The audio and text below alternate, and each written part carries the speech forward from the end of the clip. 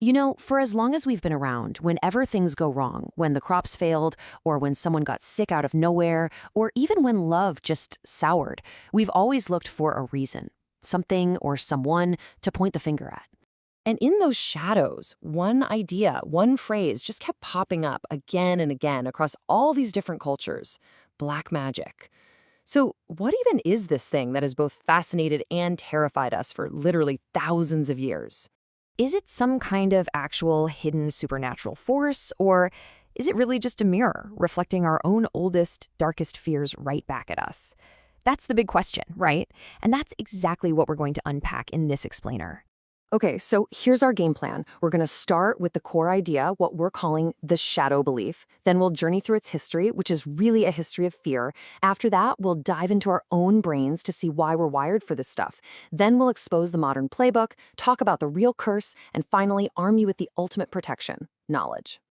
So, first things first, what are we really talking about? At its core, black magic is this idea that you can use unseen forces through rituals or spells or what have you to cause harm or to get control over a situation. And what's wild is that you find this idea in pretty much every corner of human history. And yeah, this is definitely not a new concept. In fact, when you look back through time, you start to see this fascinating pattern emerge. But it's not really a pattern of magic. It's a pattern of human behavior. I mean, we're talking way back. We see curses mentioned on ancient clay tablets in Mesopotamia. In ancient Egypt, magic was just part of daily life and religion. But then you get to medieval Europe, where you think about the Salem Witch Trials, and suddenly these accusations spiral into mass panic, public trials, and tragic executions. The belief was ancient, sure, but the consequences were devastatingly real.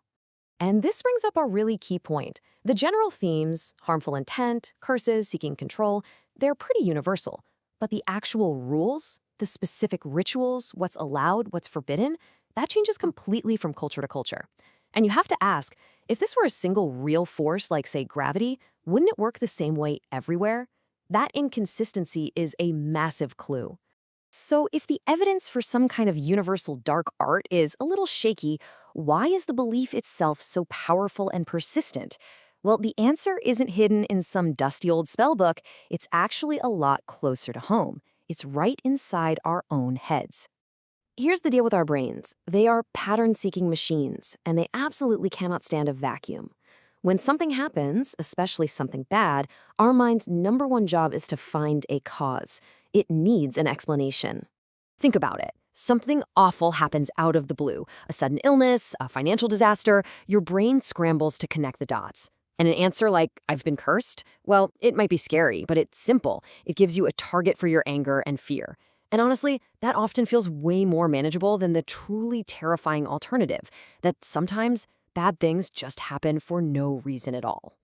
So there it is. That's the psychological formula. When we feel afraid and when we feel like we have no control, our minds start searching for hidden forces at play. Because hey, if there's a hidden problem, maybe there's a hidden solution too. Okay. Let's bring this into the 21st century, because this exact psychological loophole is what modern-day con artists, the ones posing as psychics or spiritual healers, exploit for profit. They aren't sorcerers. They're just very good manipulators. And the psychological tricks they use are surprisingly simple once you see them.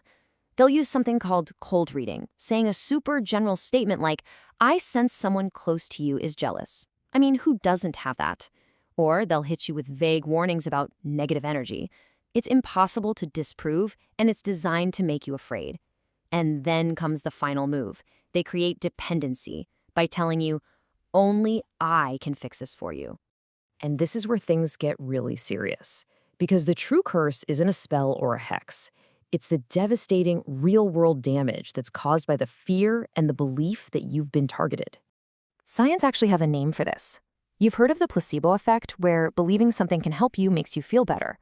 Well, this is the nocebo effect. It's dark twin. If you genuinely believe you've been cursed, your body's stress response can kick into such high gear that it creates real negative physical symptoms. Your mind can literally make you sick with fear. And this belief can spiral out of control. It can lead to severe anxiety, paranoia that tears families apart, and of course, devastating financial exploitation as people pay more and more for a fake cure. The damage isn't supernatural, it's psychological, social, and financial. So, how do you protect yourself? How do you protect the people you care about? The antidote to this kind of fear isn't a counterspell, it's knowledge. Understanding the playbook is the first and most important step to becoming immune to it. Here are the giant, flashing red flags you need to watch out for. Anyone demanding huge sums of money, red flag. Anyone trying to isolate you from your family and friends, huge red flag. Anyone creating a false sense of extreme urgency, telling you it must be done tonight, red flag. And anyone claiming that only they hold the solution, that's not a spiritual guide, that's a predator. True spirituality doesn't operate on fear and control. So the steps to protect yourself are simple but powerful. First, just pause. Never let fear rush you into a decision. Second, if you're not feeling well, see a doctor. If you're struggling mentally, seek out a therapist. And finally, strengthen your own genuine faith or spiritual practice, one that's built on community and hope, not on fear and isolation. When you look back through history, the fear of black magic has always thrived in the shadows, hasn't it? It feeds on uncertainty and on ignorance. But the moment you become aware of the psychological tricks, the moment you see the patterns of manipulation, the whole illusion just loses its power. You don't need to be afraid of the shadows on the wall when you understand what's casting them. Knowledge is the light that makes them disappear.